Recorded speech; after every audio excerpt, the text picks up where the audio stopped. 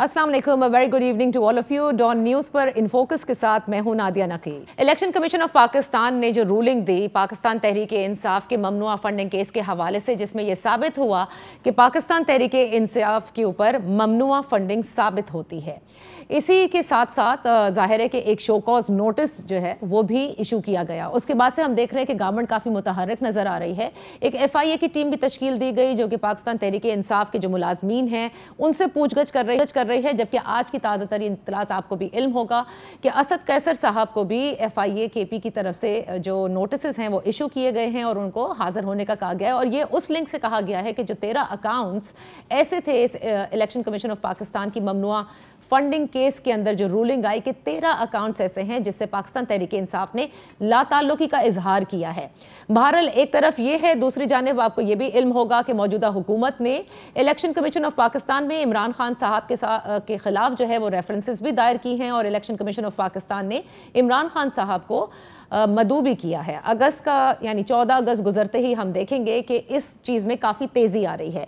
दूसरी जानिब मौजूदा हुकूमत ने मज़ीद सख्त इकदाम लेने का इंदिया भी दिया है। अब देखना यह है कि आगे किस तरह से चला जाता है, क्योंकि इमरान खान साहब तवातुर से ये कह रहे हैं कि ये टेक्निकल ग्राउंड्स के ऊपर हाँ आप कह सकते हैं कि ये फैसला दिया गया है, लेकिन किसी किस्म की कोई ममनुआ फंडिंग या फॉरेन फंडिंग पाकिस्तान तहरीक इंसाफ ने हासिल नहीं की है। दूसरी जानिब हुकूमत है जो चाहती है कि 62(1)F के तहत इमरान खान साहब को नाअहल करार दिया जाए। इमरान खान साहब ज़िमनी इंतखाबात भी लड़ रहे हैं। 9 हल्कों में जो ज़िमनी इलेक्शंस होने को हैं कौमी असम्बली के, उन तमाम 9 हल्कों में उन्होंने अनाउंस किया है कि वो ही खड़े होंगे तहरीक इंसाफ की जानिब से। अब आ जाते हैं वापस इस ममनुआ फंडिंग केस के हवाले से, क्योंकि इस वक्त सियासत इसी ममनुआ फंडिंग केस के हवाले से रिवॉल्व अराउंड कर रही है। We have with us in focus Akbar S Babar sahab, रूहें रवां हैं इसी केस के, जो कि 2014 से इसके पीछे थे जाहिर है, और पाकिस्तान तहरीक इंसाफ के फाउंडर मेंबर हैं। Thank you so much for joining us Akbar S Babar sahab. इन्हें आप ये फरमाइएगा कि आपने इस फैसले के बाद ये कहा कि फ़र्द जुर्म आयद हो चुकी है, अब सज़ा मिलना बाकी है, जिस किस्म की रेफरेंसेस हुकूमत ने इस वक्त ECP के सामने दायर की हैं, आपको लगता है कि वाकई इमरान खान साहब के ऊपर 62(1)F के तहत नाअहली की तलवार लटक रही है? बिस्मिल्लाहिर्रहमानिर्रहीम। सबसे पहले तो ये कि जो आपने क्लिप चलाई मैं सुन के बड़ा हैरान हुआ, मुझे बड़ा अफसोस भी हुआ कि ये इमरान खान जो हक की बात करते थे और उसकी बुनियाद पे हमने ये पार्टी बनाई थी, ये किस हद तक जा सकते हैं लोगों को गुमराह करने के लिए। तो बहुत ही अनफॉर्चुनेट इनकी ये टायरेड है। देखिए ये केस 8 साल में इन्होंने बारहा इलेक्शन कमीशन से झूठ बोला, बारहा इन्होंने गलत दस्तावेजात जमा कराई, बारहा इन्होंने ऐसे एफिडेविट्स जमा कराए, ऐसे सर्टिफिकेट्स जमा कराए जो कि गलत बयानी पे मबनी थे। मतलब मैं हैरान होता हूं कि इन्होंने जो लेटेस्ट मार्च 15 को जो रिपोर्ट इलेक्शन कमीशन में जमा कराई उसमें इमरान खान ने, क्योंकि जाहिर है रिस्पोंडेंट वो है इमरान खान है, उन्होंने एक एफिडेविट जमा कराया आरिफ नकवी की तरफ से कि वूटॉन से जो $2.1 मिलियन आए हैं डायरेक्टली PTI अकाउंट में, ये पाकिस्तानियों की पैसा था, पाकिस्तानियों से जमा किया गया था और फिर इस कंपनी के अकाउंट के जरिए PTI के अकाउंट में ट्रांसफर किया गया। अब आप अंदाजा लगाइए कि फाइनेंशियल टाइम्स की जो स्टोरी है जिसके पीछे उन्होंने दावा किया है साइमन क्लार्क ने, अकम्पलिश्ड इंडिपेंडेंट इन्वेस्टिगेटिव जर्नलिस्ट है, किताब लिखी है अबराज पे, उन्होंने कहा है कि जी ये पैसा वूटॉन के जो था इसके पीछे $1.3 मिलियन अबराज से आया। उनके पास बैंक स्टेटमेंट्स हैं, उनके पास मनी ट्रेल है, उनके पास ईमेल्स है, और बाकी जो था वो $2 मिलियन एक अरब शेख ने फंड किए थे। फाइनेंशियल टाइम्स के खिलाफ इमरान खान ये जसारत तक नहीं करते कि वो सारी इन्वेस्टिगेटिव स्टोरी झूठी थी। फाइनेंशियल टाइम्स के खिलाफ लंदन में ये कोई मुजाहरा करने की जसारत नहीं करते। फाइनेंशियल टाइम्स को किसी किस्म का लीगल नोटिस नहीं देते। अब अगर वो झूठ था कि एक अबराज ने फंड किया, जो कि एक जिसके ऊपर केस चल रहा है न्यूयॉर्क कोर्ट में आरिफ नकवी पे, और उस पे $1 बिलियन का फ्रॉड का केस चल रहा है, तो अच्छा फिर उसके बाद नहीं, लेकिन वो कहते हैं ना अकबर एस बाबर साहब, वो कहते हैं कि इमरान खान साहब ने ये कहा है कि उन्हें क्या मालूम था कि आरिफ नकवी जो है उनके ऊपर ऐसा कोई केस हो जाएगा, और उन्होंने ये भी कहा कि देखिए अभी ये सब कुछ साबित नहीं हुआ है। बहरहाल coming back because I want now जी I'll answer that because it's very important. देखिए, इन्होंने जो एफिडेविट जमा कराया वो इमरान ने जमा कराया, उसमें वो कहते हैं पाकिस्तानियों का पैसा है। अब वो जो स्टोरी है वो कहती है 1.3 अबराज का पैसा है और बाकी एक अरब। I mean, can you imagine कि कोई ऐसा मानने के लिए तैयार है कि एक अरब शेख $2 मिलियन इमरान के करीबी दोस्त के जरिए इमरान और पीटीआई को दे और इसको पता ना हो? इसने तो 10 दफा उसका शुक्रिया अदा किया होगा अरब शेख का कि आपने मुझे इतने $2 मिलियन दिए। फिर उसके बाद यानी ये जो दिस इज, मैं इसलिए कह रहा हूँ कि I am a little upset कि हद होती है कि आप लोगों को कैसे गुमराह करते हैं। 2 अकाउंट्स पीटीआई इमरान खान ने अपने दस्तखतों से खोले। वो जो 13 अकाउंट से जिससे लाताल्लुकी का इजहार किया उनमें 2 अकाउंट्स की आप जिक्र कर रहे हैं, राइट? दो अकाउंट्स का जिक्र है। Habib bank limited Islamabad account number दिया हुआ है। The dollar account was opened on the request of mister Imran Khan, chairman PTI. ये मैं वर्डिक्ट का पढ़ रहा हूँ। With account title of PTI, signatory of the account included mister Imran Khan. तो अकबर साहब, अब देखिए वर्डिक्ट तो आ गया ना, जिस केस के पीछे आप इतने साल से थे, तो you must be a happy man now कि आपने कहा फर्द जुर्म आयद हो गई, अब सजा जो है वो देनी है। अब सारा मामला जो है वो वफाकी हुकूमत के पास है कि किस तरह से उन्होंने परसू करना है, क्योंकि इलेक्शन कमीशन ऑफ पाकिस्तान की रूलिंग के तहत उन्होंने काफी स्कोप जो है वो खोल दिया है बड़े अकाउंट्स के ऊपर। आई वॉन्ट टू नो कि क्या अब आपका काम यहाँ पर ख़त्म हो जाता है? लाइक आप जिस केस के पीछे थे वो सब चीज़ें आ गई, वो रूलिंग भी आ गई कि जी ममनुआ फंडिंग साबित हो गई। From here Akbar S Babar now is retired from this, right?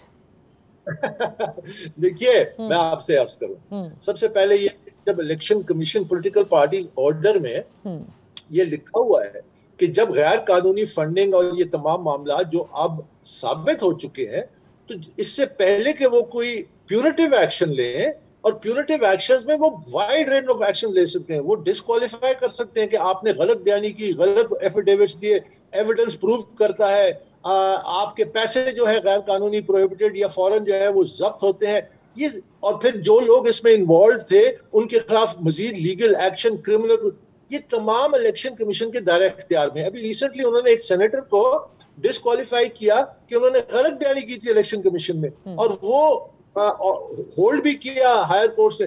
तो इसको बड़ी क्लैरिटी से समझिए कि शो कॉज नोटिस एक कानूनी पॉलिटिकल पार्टी ऑर्डर के तहत रिक्वायरमेंट थी। जब साबित होता है जरूर तो फिर वो शो कॉज देते एक आखिरी मौका। अगर वो ना करते शो कॉज तो अभी तक वो सारा वर्डिक्ट स्टे हो चुका होता, क्योंकि वो लिखा हुआ है। अब वो जो उनको 23 तारीख की डेडलाइन दी गई है, 23 तारीख को हाजिर हो तो शो कॉज की जो प्रोसीडिंग्स है और उसके बाद वो अपनी प्यूनिटिव एक्शन जो उनके आईनी इख्तियार में उसमें लेंगे। दूसरा है हुकूमत का रोल।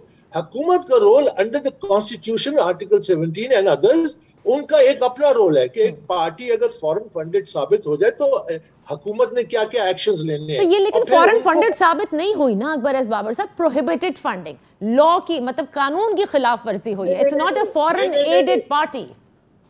नहीं, उसमें क्लियरली लिखा हुआ है, आप अगर पॉलिटिकल पार्टीज ऑर्डर पढ़िए तो उसमें लिखा हुआ है कि even a portion of funds received from foreign nationals, वो party foreign aided party category में आ जाती है। फॉरेन कंपनीज तो फॉरेन एडेड के तहत ही तो ये एक वजह है रेफरेंस करने का। उसमें लिखा हुआ है कि ये फॉरेन 44 फॉरेन नेशनल, और उन्होंने लिस्ट नादरा से चेक की है। नादरा से चेक करके वेरीफाई करके कि वो पाकिस्तानी नहीं है, तो इसलिए वो फॉरेन फंडिंग। और फिर जो फॉरेन कंपनीज करती हैं वो भी फॉरेन फंडिंग के जुमरे में आते हैं। अबराज जो है वो देखिए, अगर पाकिस्तानी कंपनी को करती है ना, मसलन कई लोग शिकायत करें कि जी हम इंडिविजुअल, हमने पाकिस्तानी, हमने अपने भाई को पैसे दिए, ठीक है, और वो आपकी बात सही है, लेकिन फिर एसीपी ने अपनी रूलिंग में कहां लिखा है कि it's a foreign funded party, this is foreign funding, it's always a prohibited funding. नहीं, आप वो आर्टिकल 17 को पढ़िए, और वो जो आर्टिकल जो फेडरल गवर्नमेंट को उन्होंने डिटर्मिनेशन ऑफ फैक्ट किया है, उनका काम उन्होंने, मैंने आपको अर्ज किया, वो प्यूनिटिव उस जो आइन और कानून को इजाजत देता है, foreign aided party and foreign party को अल्टीमेट डिक्लेरेशन सुप्रीम कोर्ट करेगा, रेफरेंस फेडरल गवर्नमेंट फाइल करेगा based on the facts established by the election commission of Pakistan. तो अकबर साहब, यू हैव गिवन मी कि इनका रोल ये है, इलेक्शन कमीशन का क्या रोल है, फेडरल गवर्नमेंट का। आई एम आस्किंग, अब आपका रोल क्या है? मैं हमने मीटिंग की है, इसमें अभी बहुत सारे ऐसे एक्शंस हैं which I would not like to disclose, लेकिन आने वाले हफ्ते में आप देखेंगे कि हम मजीद इस पे कानूनी कार्रवाई और जो ऑप्शंस हैं उसको एक्सिक्यूट करेंगे, क्योंकि हम इसको to the ultimate conclusion and to the satisfaction of people कि हर लिहाज से उनको मुतमईन करेंगे कि ये गलत काम हुए, ये गैर कानूनी काम हुए, ये इदारा, वो इदारा, तीसरा इदारा, हम वो तमाम कानूनी रास्ते इख्तियार करेंगे जिसको मैं अभी डाइवर्ज नहीं करना चाहता, but I am in it until the end, inshallah. And what is the end? ये मैं आपसे पूछूंगी एक ब्रेक के बाद. Let's take a break. In focus है अकबर एस बात हो रही है पीटीआई ममनुआ फंडिंग केस का फैसला और उसके बाद की जो सारे इस वक्त हुकूमत की जानिब से स्टेप्स लिए जा रहे हैं. अकबर एस बाबर कहते हैं कि वो मजीद आगे भी जाएंगे.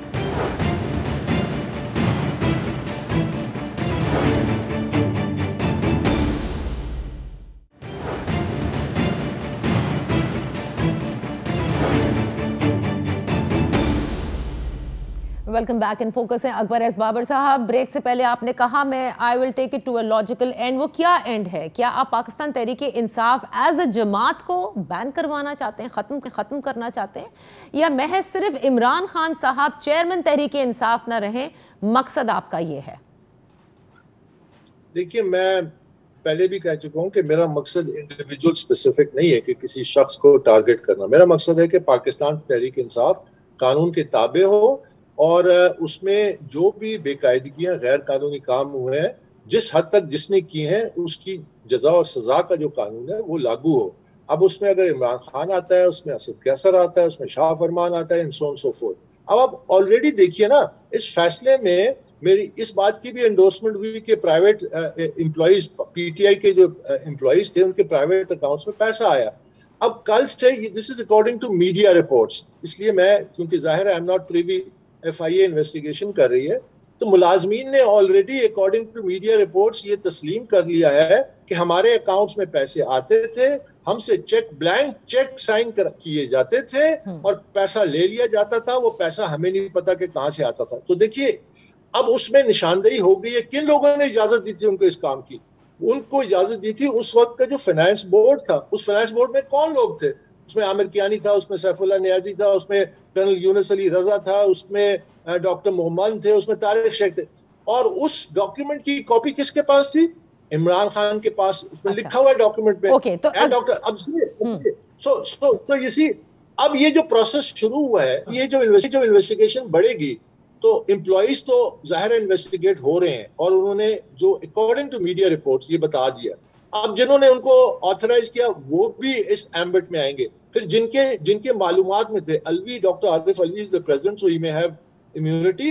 अभी उसने वो इम्यूनिटी अपनी खत्म की थी, तो आई होप इस मसले में भी जब उन तक बात पहुंचेगी. अच्छा, दूसरे इसके जो एस्पेक्ट्स हैं, अब इसके अलावा जो बैंक्स के जो हवाला है कि जो बैंक्स को डिनाई किया गया बैंक अकाउंट्स को, और जो कंसीलमेंट की गई और जो बेनामी की कैटेगरी में चले गए, पीटीआई ने खुद डॉक्यूमेंट दिया है कि ये जो टॉप लीडरशिप थी, जिसका मैं 12 नाम भी लेता हूँ, असद कैसर, शाह फरमान वगैरह वगैरह, जो ये बेनामी सो कॉल्ड अकाउंट्स ऑपरेट करते थे, अब उन तक बात पहुंच गई है. जाहिर उन्होंने इलेक्शन, लेकिन अकबर साहब ठीक है, मैं मानती हूँ बेनामी का आपने जिक्र किया, उन अकाउंट्स की डिटेल है, उसमें पैसे तो इतने, मतलब look at the amount of the money, 92 lakh, उसके ऊपर इंसान क्या, मतलब कोई मनी लॉन्ड्रिंग तो नहीं हुई ना? आप ये नहीं कह सकते कि मनी लॉन्ड्रिंग हुई है इन तमाम अकाउंट्स में. एक ममनुआ फंडिंग के लिए यस, ईसीपी कहती है कि भाई जो पॉलिटिकल पार्टीज ऑर्डर है उसके तहत आपने ये फंड्स इकट्ठे नहीं किए, लेकिन आप ये नहीं कह सकते कि इमरान खान ने करप्शन की हो, मनी लॉन्ड्रिंग के मुर्तकिब हुए हों. ये सब तो नहीं है ना, और ना ही ये फॉरेन एडेड फंडेड पार्टी है. It's a prohibited fund. देखिए, फॉरेन एडेड पार्टी का जो हतमी फैसला है, आप समझिए, इलेक्शन कमीशन जो है उसने फैक्ट्स को डिटरमिन करना था. उन्होंने फैक्ट्स डिटरमिन कर दिए हैं कि फॉरेनर्स की फंडिंग हुई है. उन्होंने फैक्ट्स डिटरमिन कर दिए हैं कि फॉरेन कंपनीज की फंडिंग हुई है. सुप्रीम कोर्ट बताएगा. सुनिए ना, उन्होंने ये केस, इस एस्पेक्ट को रेफर कर दिया फेडरल गवर्नमेंट को. फेडरल गवर्नमेंट का फिर एक इख्तियार है कि उसका जायजा ले और फिर उसके बाद नोटिफिकेशन इशू करें और फिर वो रेफर करते हैं as a reference to the supreme court. So the ultimate decision on that score comes before the Supreme Court of Pakistan. But there are many other aspects. तो फिर अकबर एस बाबर साहब, आपने ऐसा क्यों कहा कि इमरान खान साहब इस्तीफा दें, स्टेप डाउन हो और नजरियाती कारकुनान को अब मतलब लाइक पार्टी को चलाने थे? अगर अल्टीमेटली पार्टी जो है वो फॉरेन फंडेड डिक्लेयर हो जाती है तो गए नजरियाती कारकुनान भी और गई ये फिर पार्टी भी। What is left? नहीं, देखिए, अब आप किसी और तरफ चली जाती है। इसका ये एक एस्पेक्ट है कि फॉरेन एडेड का जो सुप्रीम कोर्ट फैसला करता है। मेरा फोकस ज्यादा इस पे था कि जो पार्टी में तमाम लोग जो इस घिनौने काम में मुलविस थे, मेरे इल्जाम साबित हो गए, अब उनके खिलाफ कार्रवाई की जाएगी। इमरान खान इस प्रोसेस में इंट्रिंसिकली इन्वॉल्व थे फ्रॉम डे वन। जो पहली मैंने जब ये की थी तो इन्होंने हाई कोर्ट में जब अपना एक पिटीशन फाइल की, उसमें इमरान खान ने एफिडेविट दिया है कि मैं I am not answerable to an ordinary man. अब आप उसकी पैदर पे और इस वर्डिक्ट में हर जगह पे लिखा हुआ है कि miss statement, miss declaration, deliberate concealment, अपने अकाउंट्स जो दो ऑपरेट वो खुद करते थे उसको भी छुपाया गया। अच्छा। एक एफिडेविट फाइल किया गया आरिफ नकवी की तरफ से जो फॉल्स है, जो अनडेटेड है, uncertified. So there been gross irregularities. Who is responsible? Imran Khan is responsible, he is the respondent. जब उसने बारहा झूठ बोला इलेक्शन कमीशन से, ओके, तो आपको लगता है, क्योंकि देखिए उन्होंने कहा कि एक सर्टिफिकेशन में और एक हल्फनामे में फ़र्क है। To the best of my knowledge, मेरे पास अकाउंटेंट्स आते थे, उन्होंने साइन किए, मैं इतने निटिग्रिटीज़, इतनी माइनर डिटेल्स नहीं देख सकता, ये उनका कहना है, ऑन रिकॉर्ड उन्होंने कहा है। तो आपको तब भी लगता है कि ठीक है ग्रॉस वायोलेशन हुई होगी, कि 62(1)(f) के तहत उन्हें नाअहल किया जा सकता है? मैं समझता हूं कि इसमें जो series of violations of law हुआ है और जानबूझ के झूठ बोला गया है, कंसीलमेंट की गई है, अपने अकाउंट्स को कंसील किया है। आरिफ नकवी का एक ऐसा सर्टिफिकेट जो अनसर्टिफाइड है $2.1 मिलियन का, जो कि फाइनेंशियल टाइम की स्टोरी ने उसको रबिश कर दिया कि इसके पीछे पाकिस्तानी नहीं है, इसके पीछे अबराज की कंपनी है और इसके पीछे एक अरब शेख है, $2 मिलियन। आप इमरान खान से कहिए ना, पूछिए कि क्या अरब शेख ने, नायान ने आपको $2 मिलियन दिए या नहीं दिए। आप उससे पूछे। तो ये ग्रॉस इरेगुलरिटीज हुई हैं, obviously he will be held accountable. Obviously जो उसकी फाइनेंस टीम थी they will be held accountable. Obviously जो बेनामी अकाउंट्स ऑपरेट करते थे वो they will be held accountable. तो इससे बड़े और क्या ओके, अकबर साहब, लास्ट क्वेश्चन फ्रॉम यू। मुझे ये बताइएगा कि आपने गुज़िश्ता रोज एक ट्वीट भी की जिसमें आई डोंट नो कि ये आपका वाकई का अकाउंट से की गई या क्या हुआ, जिसमें आपने थ्रेट्स का भी जिक्र किया कि कुछ अगर आपको हुआ तो इमरान खान साहब रिस्पॉन्सिबल होंगे। Why do you say that? अभी क्या हो रहा है? इतने अरसे से आप इस केस के पीछे हैं, केस की रूलिंग भी आ जाती है और दोबारा करिए क्योंकि मेरे नाम पे बहुत सारे फेक अकाउंट्स अब खुल गए हैं और मैंने ट्विटर के जरिए उनको इन्फॉर्म भी किया है और मैंने अपने ट्विटर अकाउंट पे बाकायदा लिखा है कि this is the only Akbar S Babar 786, this is the only Twitter account जो मैं ऑपरेट करता हूँ। All others in my name are fake. So there are number of fake accounts. तो कोई थ्रेट्स तो नहीं मिल रहे ना आपको पीटीआई की जानिब से? आप आराम से हैं, आपने इस केस की पैरवी की, इसके पीछे लगे रहे और अल्टीमेट एंड तक, मतलब कम से कम रूलिंग तक तो आप आ ही गए ना। जी, अल्लाह का शुक्र है जी। ये मैंने अपने लिए नहीं किया, ये पाकिस्तानी कौम के लिए किया। देखिए एक चीज याद रखिए, इसमें एक बड़ी डिबेट हो रही है कि जी वो लीडर इतना पॉपुलर है, उसकी इतनी फॉलोइंग है। अगर आपने कानून को डॉक्ट्रिन ऑफ नेसेसिटी के मुताबिक चलाना है, हालात के मुताबिक चलाना है, यानी इसका मतलब ये है कि इमरान खान के इस केस का फैसला उस वक्त आना चाहिए था जब इसकी पॉपुलैरिटी 7% थी, या उस वक्त नहीं आना चाहिए जब इसकी पॉपुलैरिटी बढ़ गई है। या एक शख्स जो है वो 1000 की फॉलोइंग है उसके लिए अलग कानून है, 1 लाख फॉलोइंग उसके लिए अलग कानून है। पाकिस्तान तहरीक इंसाफ के अंदर जो इस वक्त पार्टी के मेंबरान हैं, जिनसे जाहिर है आपकी भी बहुत सारी दोस्तियां होंगी, कुछ आपको मालूम है उन्होंने आपसे राब्ता किया हो कि क्या स्पिरिट्स हैं पार्टी के एंड इमरान खान साहब के? बिकॉज वो बहुत कॉन्फिडेंट लगते हैं अभी भी, जिस तरह से वो बयान दे रहे हैं, ही इज वेरी कॉन्फिडेंट। देखिए अगर इतने कॉन्फिडेंट थे तो ये जो फैसला महफूज हुआ उससे पहले, हफ्ता 2 हफ्ता पहले, और मैं तफसील में इसलिए नहीं जाऊंगा कि उनके जो मीडिएटर्स कह लें या मैसेंजर्स कह लें, क्या चीज थी जो which was not on the table मेरे लिए जो एक्सेप्ट करता और उसके बाद ये होता। इस केस के दौरान इस महफूज एक मिनट, आपने कहा फैसला महफूज होने के बाद मीडिएटर्स पहले पहले पहले पहले, पहले आप तक आ रहे थे? 21 तारीख से पहले आए हैं, बिल्कुल आए हैं, और anything under the sun was on the table. देखिए ये जो ब्लस्टर है ना, ये जो सामने कॉन्फिडेंस शो करता है कि आई एम नॉट रफल्ड, अंदर कहानी कुछ और है। अंदर की कहानी मुझे मालूम है। मेरे अपने पीटीआई में अभी भी जो बड़े इनके करीब तरीन है वो रात को मुझे सब बताते हैं। वो अंदर बहुत ज्यादा, देखिए ये जो इन्होंने रेफरेंस फाइल किया चीफ इलेक्शन कमिश्नर के खिलाफ दिन को 2 घंटे बाद विड्रॉ कर लिया, ये क्या शो करता है? Panic. They are literally in a state of panic. लेकिन वो जाहिर है बाहर से उसको एक हो गया कि वो बाहर जाहिर तो नहीं करेगा, लेकिन अंदर खाना स्टोरी कुछ और है। बट इररिस्पेक्टिव, असली चीज ये है कि इमरान खान कहता है कि मदीने की रियासत में अमीरुल मोमिनीन के जो कुर्ता है उसकी लेंथ का भी वो एहतसाब होता है, जवाब देता है। उस पे फर्द जुर्म आयद हो चुकी है, और एक आईनी इदारे की जिस मुंसिफ को इसने खुद नामजद किया था, उस मुंसिफ को यह बुरा भला कह रहा है। नहीं, उस मुंसिफ को उन्होंने नामजद नहीं किया था, वो कहते हैं कि न्यूट्रल्स ने उन्हें आकर कहा था। बहरहाल thank you so much Akbar S Babar sahab. जैसे जैसे ये और प्रोसीड होता है, देखते हैं कि आपने जिस तरह से कहा है कि अभी यहाँ पर बात नहीं रुकती, बल्कि बहुत सारी चीज़ें हैं सामने नहीं लेकर आ रहे, लेकिन बाद में लेकर आएंगे। We take a break over here.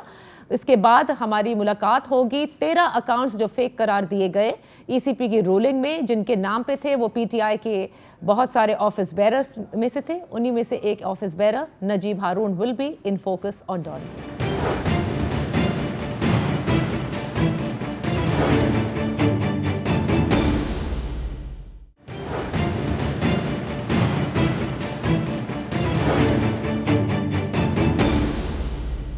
Welcome back. In focus है मोहम्मद नजीब हारून साहब। मोहम्मद नजीब हारून साहब का नाम पीटीआई ममनुआ फंडिंग केस की जो ईसीपी की रूलिंग है उसमें 13 फेक अकाउंट्स करार दिए गए, यानी कि पीटीआई ने इससे लाताल्लुकी का इजहार किया।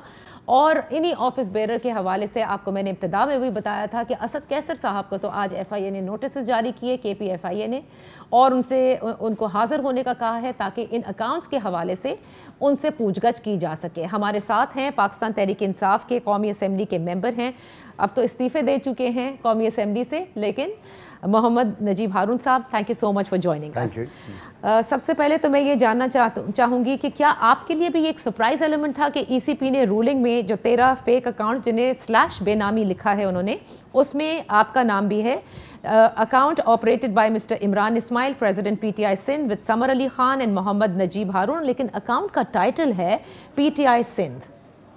Basically, as founder of PTI from 1996, or last time I was president of Karachi in 2014. 2014 में। 14 तो 18 साल के अरसे में बहुत active, 4 times I was president of Karachi। तो उसमें कोई पेटी अकाउंट्स जो लोकल, क्योंकि ज़्यादा पता है कि जो फंडिंग आती थी मोस्टली कुछ कैश वैश ज़्यादा होता है हमेशा पॉलिटिकल फंडिंग में, लेकिन कुछ लोग कभी कभी चेक दे देते हैं। तो लोकल अकाउंट उस वक्त के बैंकिंग का जो भी प्रोसेस था उसके थ्रू वो खुलता था, और उसमें 2 सिग्नेटरीज होते थे। तो यानी चूँकि आई वाज प्रेसिडेंट कराची, तो I was always asked as the second signatory. और जो कुछ लोग जैसे यानी जो फाइनेंस वगैरह ज़्यादा देखते थे, कलेक्शन ज़्यादा देखते थे, मेरा तो तुर्रे इम्तियाज़ ये है फॉर अ पॉलिटिकल वर्कर और अ पॉलिटिकल लीडर कि मैं ये क्लेमेंट हूँ कि 26 साल में मैंने कभी किसी से ना 1 रुपये फंड मांगा ना लिया। पार्टी के लिए भी नहीं, पार्टी के लिए ही बात हो रही है ज़्यादा, क्योंकि दैट वाज माय वीकनेस। जैसे हर एक की स्ट्रेंथ्स होती हैं, वीकनेसेस होती हैं, मुझे जाके हाथ फैलाया नहीं सका कभी भी। ज़्यादा बात है कि मैं कंस्ट्रक्टर था, सारे पैसे थे आपके पास। अच्छा, अब ये भी बड़ी गुड क्वेश्चन, यानी जितनी अपनी जेब में जब इस्तात रही और वो उससे करते रहे, लेकिन ये मेरे ख्याल के अंदर पूरी पॉलिटिकल अरेना के अंदर शायद कोई एक आदमी भी ऐसा शायद ना हो, और हो तो यकीनन ज़रूर वो बताएगा कि जो ये क्लेम कर सके इवन विद इन पीटीआई और आउटसाइड पीटीआई भी, कि जो ये कह सके नेशनल मीडिया के ऊपर कि ना कभी 1 रुपया किसी से मांगा ना लिया फॉर द पार्टी और वट एवर। हाँ, जो छोटे वो चेक्स होते थे जैसे 10, 12, 15 हज़ार उस जमाने के हिसाब से स्टाफ की तनख्वाह है, बिजली का बिल है, वो आपके साइन अकाउंट होते थे सामने ना? आएंगे। हाँ, वो जाहिर बात है अच्छा, कि लेकिन मुझे एक चीज बताइए, जाहिर है कि उस बैंकिंग में हमेशा मतलब अकाउंट खोलने के लिए ये पीटीआई सिंध के नाम से खोला, जाहिर है एक ऑफिस लेटर किया होगा ना, पार्टी के ऑफिस मतलब लेटर हेड के ऊपर ये अकाउंट खोले। तो मुझे ये समझ में नहीं आ रहा कि तहरीक इंसाफ ने इलेक्शन कमीशन में लाताल्लुकी का इजहार क्यों किया है। देखिए, ओवर अ पीरियड चलता रहा, हमारे जो अकबर बाबर साहब उसको परस्यू करते रहे। ये जो एक सिंगुलर, क्योंकि एक मुरवजा तरीका होता है ना, जैसे ट्रैफिक में अगर यहाँ पर आप गाड़ी चला के यहाँ तक पहुँची हैं या ड्राइवर के साथ या मैं पहुँचा हूँ, तो उसी सड़क पे उसी तरीके से यहाँ पहुँचने का तरीका है। यही सिस्टम सब का फॉलो हो रहा था इस पर्टिकुलर केस के अंदर, क्योंकि बहुत ही एफिशिएंसी के साथ consistently Akbar Babar was an insider, उन्होंने उसको परस्यू कर लिया। तो ये यानी ये हाईलाइट हो गया। लाताल्लुकी क्यों पीटीआई ने की है इन अकाउंट से? ये है कि ओवर अ पीरियड 9 वकील हैं जो खड़े हुए मुख्तलिफ औकात पे। तो बाज़ औकात क्या होता है कि भाई कोई छोटी चीज़ एडमिट कर लेने से बड़े मसला हल हो जाए, ऐसा पॉसिबल नहीं है कि ऑल ओवर पाकिस्तान उस वक्त के जो ऑफिस बेरर्स थे, ठीक है ना, वो कोई सारे एक ही वक्त में कोई इनफरादी तौर पे अपने उसके ऊपर। लेकिन ये बड़ी अब अजीब बात है, देखें एफआईए इन्वेस्टिगेट कर रही है, असद कैसर साहब को नोटिस भेज दिए, आपको तो अभी तक कोई नोटिस नहीं आया ना? अभी तक तो नहीं आया। नहीं, ओके। अब जब ये एक लीगल प्रोसीडिंग है, जाहिर है कि आपने अगर आ जाता है तो आपने अपने डिफेंस में आप यही कहेंगे कि ये तो ऑफिस का अकाउंट है, राइट, पार्टी का अकाउंट है। लेकिन पार्टी कहती है कि हमें नहीं पता कि ये किसका अकाउंट है। आप यकीनन अब I would have seen the details, क्योंकि इतना लंबा चलता रहा, इतना मीनिंगफुल भी नहीं था, क्योंकि ये वो अकाउंट आपका नाम एक अकाउंट में बेनामी में आए, वो आपके लिए मीनिंगफुल कैसे नहीं हो सकता when you are the highest tax payer in the national assembly of Pakistan? अच्छा, मैं यही तो कह रहा हूँ ना कि उसमें तमाम एक चीज़, एक रोल है एज अ पॉलिटिकल पर्सन कि जिसके अंदर आपका, तो अब उसमें जब आप उस एक पीरियड के अंदर उसको ऑपरेट की सिग्नेचर्स कर रहे हैं और उसमें एक पेटी फिगर्स हैं कि पता चला उसको स्टाफ की तनख्वाह, ठीक है, नहीं बहुत, ये बहुत ही छोटी छोटी जो चेक्स वगैरह भी जो आएंगे ना जी, उसके अंदर कोई ऐसी चीज़ बड़ी फंडिंग इस तरह के जो हमारे कराची के अकाउंट के अंदर, नॉट दैट आई रिमेंबर के कभी आई हो ना, क्योंकि ऐसा ये जो छोटे छोटे को लाख 2 लाख मुश्किल तो होगी ना जब पीटीआई कहे ये हमारा अकाउंट नहीं है, आप कहें मुश्किल तो पाकिस्तान, बात सुनो नादिया, मैं मुश्किल तो यकीनन जब आप कोई बड़ा काम करने पाकिस्तान के अंदर कोई चीज़ करने निकलते हैं, मेरे जैसे आदमी ने जिसका ऊपर अल्लाह वकील है, ज़मीन पे कोई वकील ही नहीं है, all my career. Imran Khan भी इस वक्त आपके वकील नहीं है इसमें डिफेंड करने के लिए, बट द फैक्ट रिमेन्स कि जो चीज़ भी सामने आएगी उससे वैसे ही निपटा जाएगा, क्योंकि कानून के मुताबिक ही और चीज़ें। बट ये तो मैं एक जनरल रूल है और किसी भी पॉलिटिकल पार्टी का, बिकॉज ज़ाहिर बात है कि जितनी आप रौनकें पॉलिटिकल देखती हो और जो इतने जलसे देखती हो, जितने वो पैसों से होते हैं, और पैसों को अंदर पॉलिटिकल फंडिंग को कोई भी डोनर जो होता है वो अपना नाम नहीं आने देना चाहता है। एक जनरल एक वो है जो बिजनेसमैन वगैरह, they don't want to be allied, और जो वो आमतौर से वो सभी को थोड़ी थोड़ी चूरी दे रहे होते हैं डिपेंडिंग अपॉन कि किस वो पॉलिटिकल पार्टी किस वक्त कहाँ खड़ी है। ठीक है, और ये सो इमरान इस्माइल साहब से भी अभी आपकी बात नहीं हुई? इमरान इस्माइल साहब से भी कोई बात नहीं हुई आपकी इस हवाले से, और ना ही समर अली खान साहब से? नहीं, मेरी समर से बात हुई, क्योंकि ज़्यादा जो फाइनेंस समर देखते थे, और समर ही ये रिक्वेस्ट मुझसे करते थे एज अ सेकंड सिग्नेटरी कि उसको कर लें। सीमा जिया का फोन आया था, but they are all good clean Pakistanis, but क्या कोई परेशानी है क्या? सरप्राइज एलिमेंट है पाकिस्तान के अंदर, जैसे अल्लाह हर एक को परेशानी से महफूज रखे, और यार बात है पॉलिटिक्स के अंदर तो किसी भी चीज़ का राई का पहाड़ भी बन सकता है, ये वाला। अदरवाइज इसके अंदर कोई ऐसा इतना बड़ा वो नहीं हो रहा था, क्योंकि ओवरसीज पाकिस्तानी इसका तो मुझे पता नहीं, क्योंकि इन फंड्स के अंदर तो नहीं आना था ना।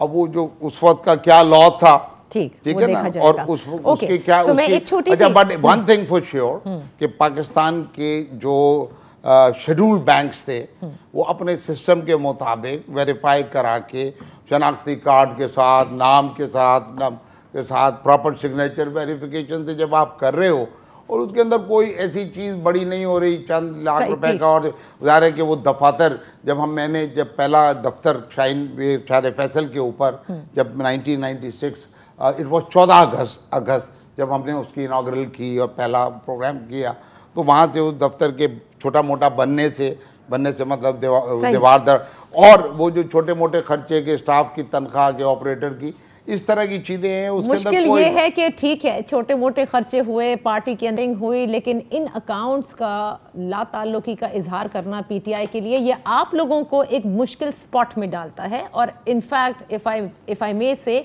एक गलत स्पॉट में डालता है। मैं एक छोटी सी ब्रेक लेती हूँ, ब्रेक से वापस आएंगे और नजीब हारून साहब हमारे साथ हैं, उनसे ज़रा गुफ्तगू करते हैं कि वो ईसीपी की रूलिंग जो आई है इस वक्त पाकिस्तान तहरीक इंसाफ के हवाले से, क्या वो भी वही तौजीहात पेश करेंगे जैसे इमरान खान साहब पेश कर रहे हैं, या वाकई वो भी समझते हैं कि इसका एक मरबूत निज़ाम नहीं था और हो सकता है कि पार्टी के अंदर ममनुआ फंडिंग आई हो, क्योंकि ईसीपी ने तो ये साबित कर दिया। Let's take a break.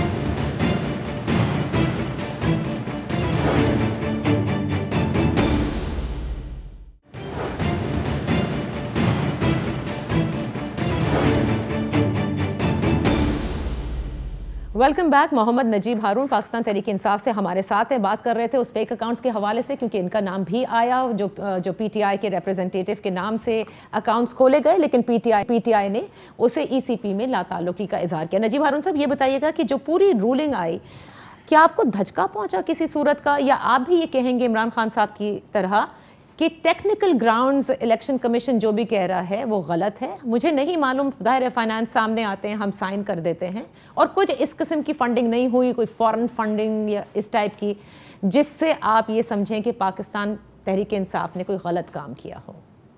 जितनी मेरी समझ है, जितना जैसे मैंने कहा कि हैंड्स ऑन कोई, मैं फंड रेजिंग में इन्वॉल्व था। मैंने आपसे भी स्टेटमेंट दिया कि मैंने कभी ना 1 रुपया किसी से मांगा ना लिया। जैसे होता ना पार्टी के लिए, अपने मैंने जब अपना भी इलेक्शन लड़ा तो उसके लिए भी, तो इस वजह से मैं इससे बहुत ज़्यादा डिटेल से वाकिफ़ नहीं। लेकिन ज़ाहिर बात है कि जब पार्टी चलती हैं, इतने बड़े बड़े प्रोग्राम होते हैं, तो पैसे तो आ रहे होते हैं सही, और डोनर्स दे रहे होते हैं।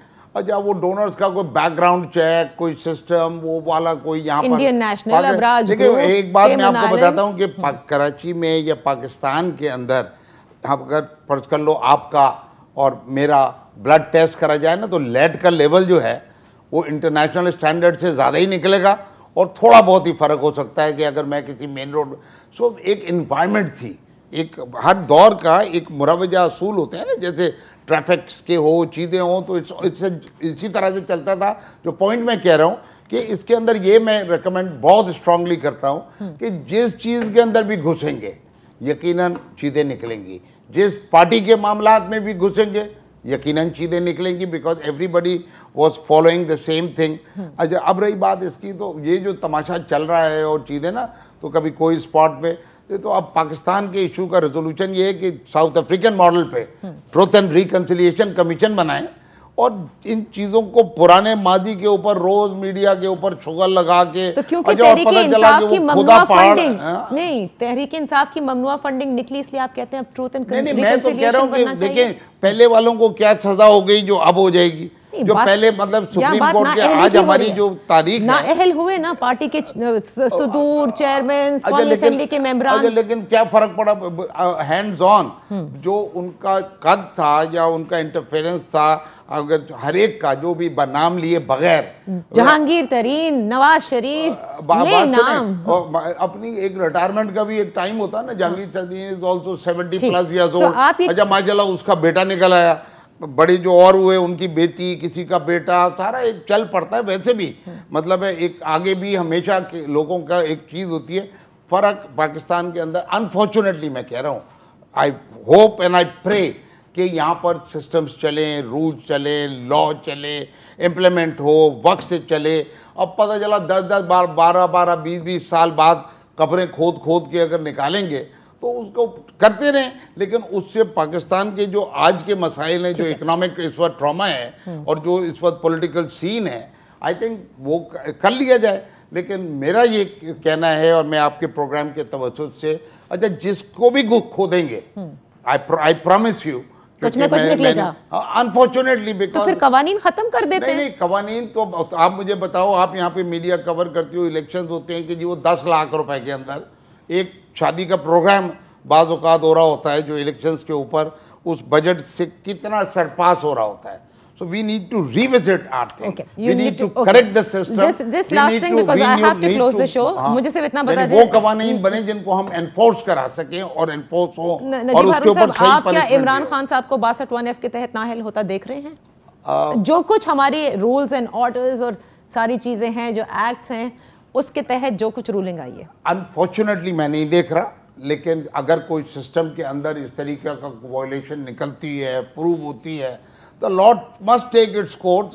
इमरान खान साहब का तो यही, जब पाकिस्तान तहरीक इंसाफ पार्टी बनी तो यही था ना कि ताकतवर के लिए भी वही कानून हो, प्रूफ होती है, ताकतवर के लिए भी वही कानून होती हो। है, मतलब अभी प्रूफ नहीं हुआ ये सब। देखिए, court of laws are there ना, देखिए there are stages, stage 1, stage 2, stage 3, then finally when it is stamp sealed sealed. तो इसमें जो इम्पोर्टेंट बात जो मैं कहना चाहूँगा कि इन पैटी चीज़ों के अंदर पूरा पैटी में क्यों बोल रहा हूँ, दोबारा बोलता हूँ कि at the end of the day historically बड़े बड़े फैसले हुए, कहीं क्या क्या चीज़ें, फांसियाँ हो गई, कहीं कुछ हो गए, और आज हम वहाँ पर घूम के आज भी वो सारे हीरोज हैं अपनी जगह के ऊपर, या बाहर से बैठ के या अंदर से बैठ के। इसका मतलब fix the system, we need to revisit the whole thing. माजी के ऊपर जिसको जो सजा देनी है, जिसको बार करना है, वो डाल के आज पाकिस्तान का जो इशू है वो इकोनॉमी का इशू है। ये सारे पैटी, अगर ये सारे पैटी हैं तो आर यू गोइंग टू से कि नवाज शरीफ